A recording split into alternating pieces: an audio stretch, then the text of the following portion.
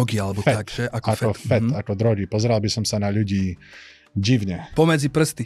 Ale potom mi zomreli dvaja kamaráti a nevedel som sa z toho vylízať nejako. Emocionálna, duševná bolesť, bol som z toho zlomený a hovorím si, dám tomu čas. Ale čím viacej času plynulo, tým viacej mi z toho hrabalo a preskakalo a nedel som sa s tým vysporiadať nijak.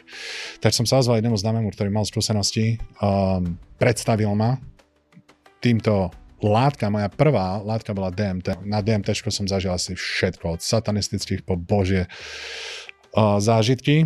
Čiže moja prvá látka bola DMT, môžeme sa o tom baviť, či to bolo rozumné alebo nie. Jedno z najsilnejších kompletne psychedelik na celom svete. To ideš rovno k duchovi svetému.